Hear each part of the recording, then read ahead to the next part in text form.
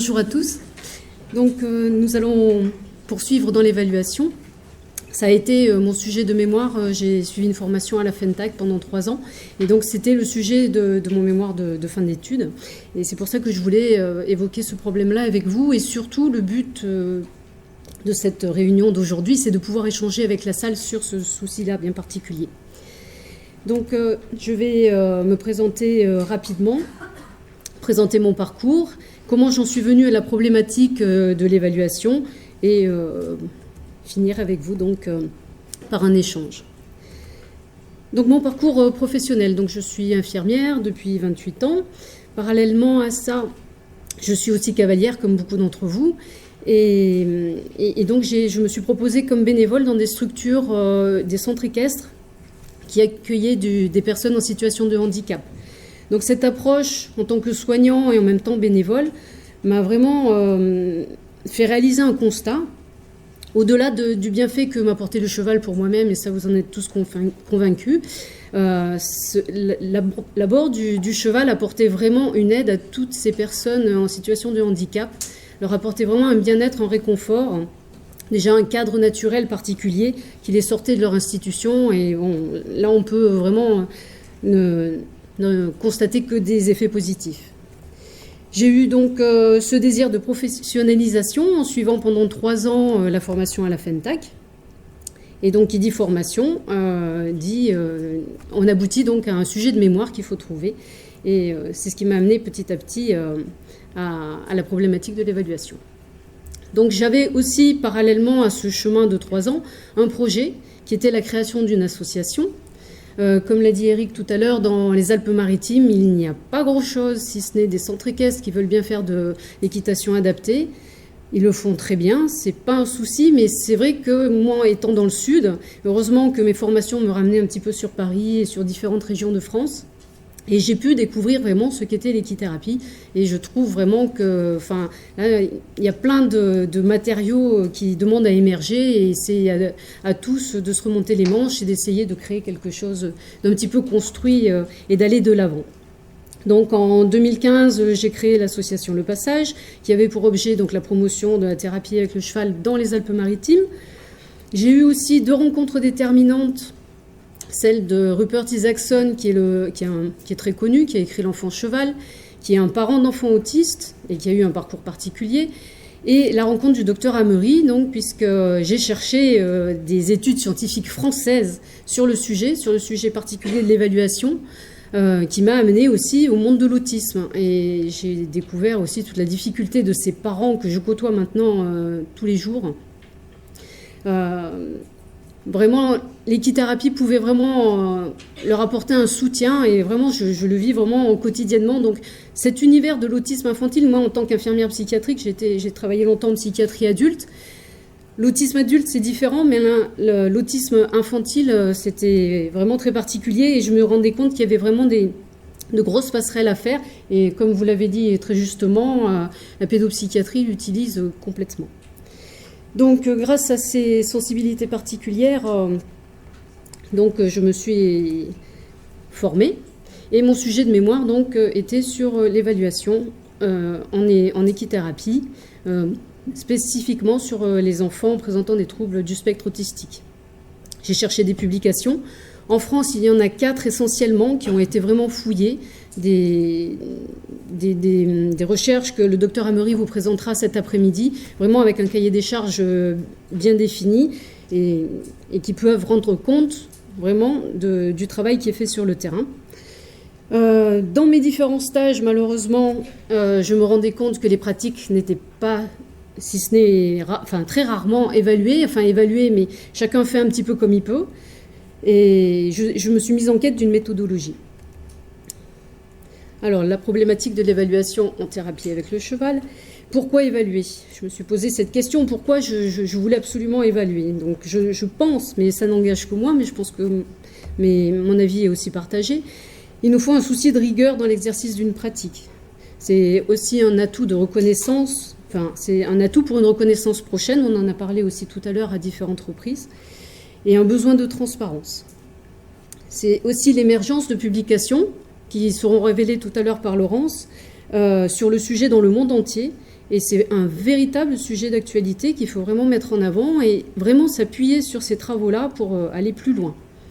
Et c'est aussi un choix personnel vis-à-vis des familles que je côtoie, vis-à-vis des professionnels, les hôpitaux de jour avec lesquels je travaille, les IME, et aussi les organismes de tutelle, on en a parlé tout à l'heure.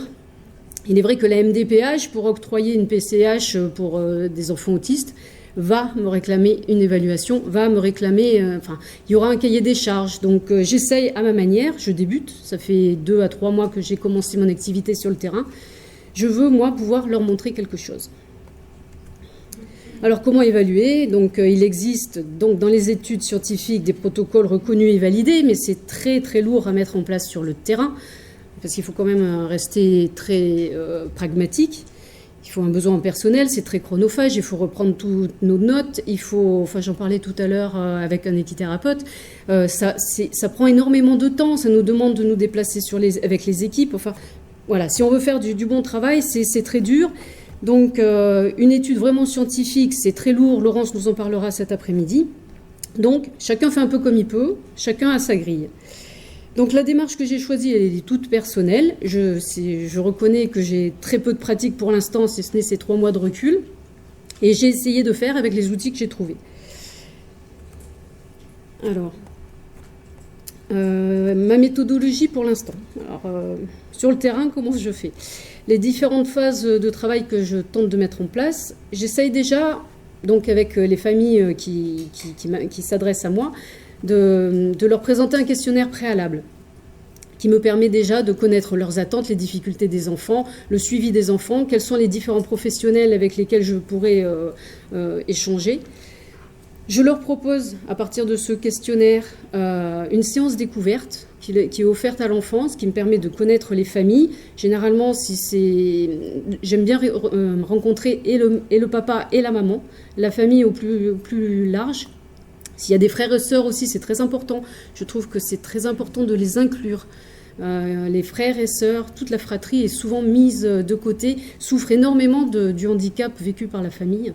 Donc ça aussi, c'est important, d'où l'intérêt du questionnaire préalable. La séance découverte, qui est une rencontre humaine. Une évaluation donc initiale des objectifs. Donc ça, je vous montrerai un petit graphe que j'ai fait après. J'essaye, à partir de cette séance découverte, de dégager, à partir de ces 5 grands domaines que vous avez présents, les points vraiment importants qui vont être par rapport à chaque enfant est différent, chaque cas est unique. Et donc, il y a des enfants qui auront plus de problèmes psychomoteurs ou plus de problèmes cognitifs. Bon, au niveau relationnel, communication, c'est quasiment constant. On pourra faire plus un travail sensoriel pour certains enfants, parce qu'on aura de meilleures réponses en développant plutôt ça. Et enfin, un travail sur le psycho-affectif et la gestion des émotions. Donc, à partir de ce schéma-là et de ma séance découverte, ça me permet de me fixer des objectifs que je vais présenter aux parents, que je leur envoie par mail, ce que j'appelle le projet de prise en charge individualisé, où j'aurai vraiment ciblé un petit peu la spécificité de l'enfant. Ce que je ne vais pas tarder à faire, là, c'est un bilan trimestriel d'évaluation en me servant d'une grille que je vais vous présenter. Et bien évidemment, en fonction de ce résultat, je ferai mes réajustements. Donc là, on retrouve ça dans la démarche infirmière, typique. Quand vous êtes infirmière, on vous demande de proposer des soins et d'évaluer les résultats que vous avez obtenus. Les objectifs généraux que l'on peut observer et proposer en thérapie avec le cheval pour les personnes avec autisme. Donc c'est évidemment l'aide à la communication et à la relation sociale. On ne reparlera pas ici du rôle du cheval, bien évidemment. L'adaptation au changement, très important. Travail en vue d'une meilleure adaptation sociale. Travail attentionnel. Ces enfants ont une très très grosse difficulté à se concentrer, à rester concentrés même sur un acte tout simple. Donc là, le cheval est vraiment formidable. Donc travail attentionnel, préparation de l'animal, atelier d'adresse et de coordination, ça marche très très bien.